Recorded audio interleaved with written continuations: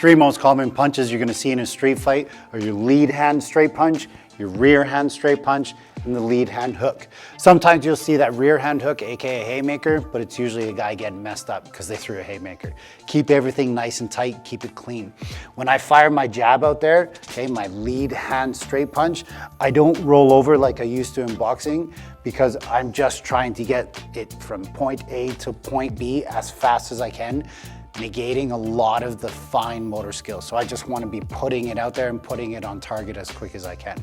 Same thing with the rear hand, but the rear hand I'm going to use my whole body. I'm going to turn as much as I can. So I'm turning my hip, driving off the ball with my foot, rotating my shoulders as far as I can.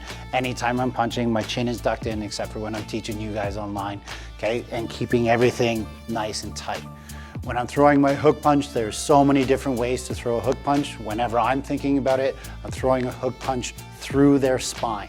Okay, I'm never just hitting the face, I'm hitting the spine that's behind it. So I don't do a bicep curling hook punch.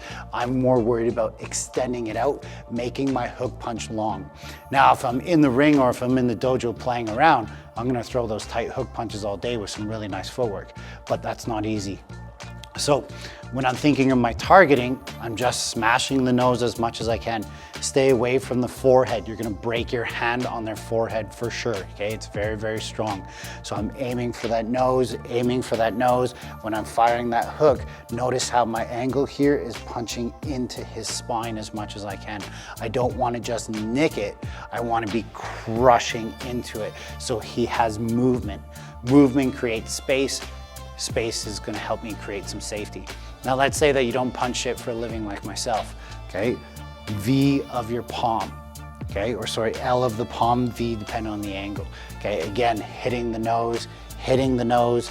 I can make my hook punch work like this as well. It can turn into a big old bitch slap. If I am slapping, I am trying to cup the ear, okay, to actually discombobulate them as much as possible. When it comes down to it, those are your most common punches because those are the punches that work. Linear punches are always going to do the job because they're hard to see, very hard to counter. When it comes down to it though, you need to train because you need to know what it's like to actually hit something.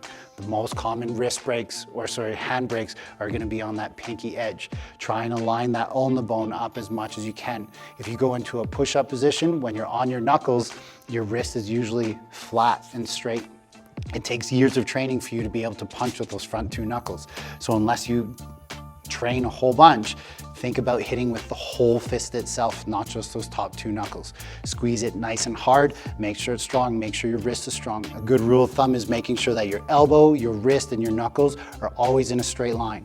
If this is too high, the energy is going to leak out the wrist. If this is too low, the energy is going to leak out the bottom side. Try and always make that nice and level, no matter what punch it is that you're throwing. Train hard, stay safe.